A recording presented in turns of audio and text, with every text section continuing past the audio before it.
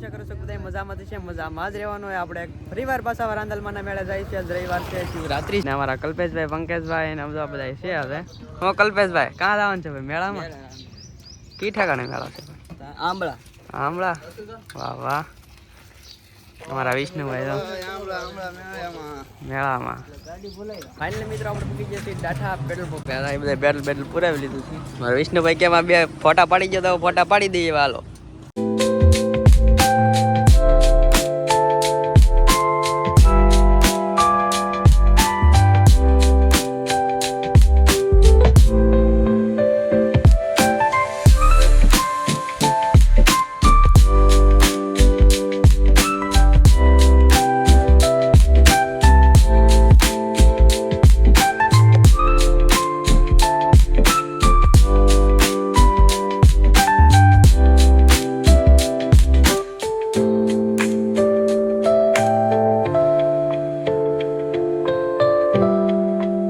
Finally મિત્રો આપણે પહોંચી ગયા છીએ કંઈક મેળામાં. અમારા કલ્પેશભાઈ ની તો ગાડી પાર્કિંગ કર્યા. વિષ્ણુભાઈ ની ગાડી બધી સરખી કરે છે. અહીંયા અમારા પટેલ ને બેઠા છે, મહેશ ને. હાલો ભાઈ જાય મેળામાં. ફાઇનલી મિત્રો આપણે કંઈક મેળામાં પહોંચી ગયા છે. અમારા વિષ્ણુભાઈ ના પંકજભાઈ ગયા પાણીની બોટલ લેવા. મેળામાં પહોંચી ગયા. આ બધો કંઈક મેળા નજારો હોય તો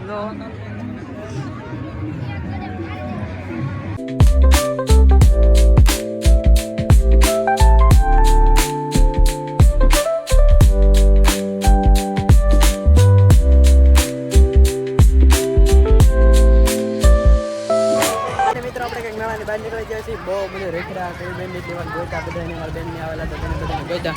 હવે તો જાય શી ઘરે.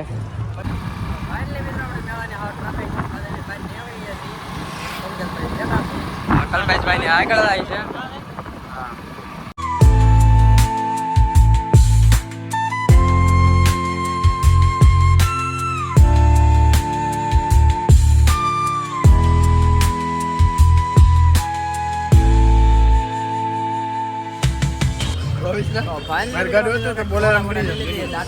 અમારા પંકજભાઈ વિષ્ણુભાઈ નામ તો બાટી સોડા છે.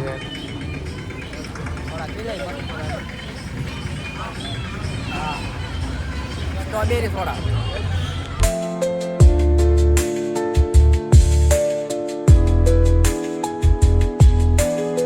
ફાઇનલી મિત્રો આપણે ઘરે પૂગી ગયા છીએ. લાવવાનું છે કાં લાવવાનું છે વિષ્ણુભાઈ?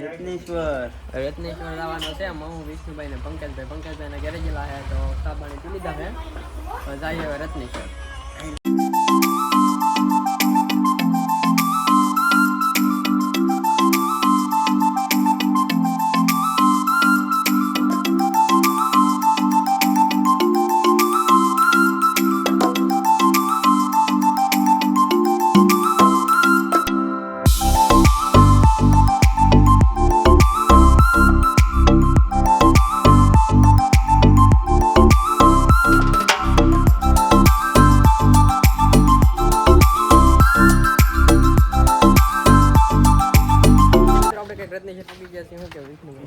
કા પોકી જાય ભાઈ?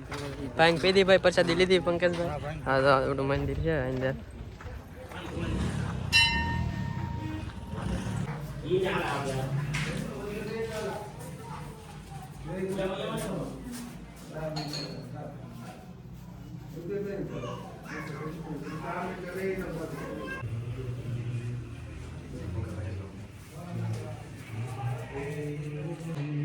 ફાઇનલી મિત્રો આપણે કંઈક પગે પગે લાગીને એ વાસી બાય વિષ્ણુભાઈ એમ ગાડી લઈને આવે છે.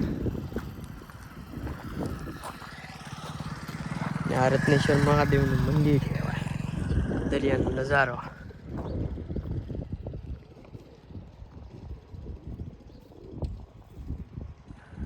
ફાઇનલી મિત્રો આપણે કંઈક ઘરે ભૂગી ગયા છીએ. રત્નેશ્વરજી હમણાં મેળામાં ત્યાં રાંદલમાના મેળામાં ત્યાં ફૂલ મોજ કરી.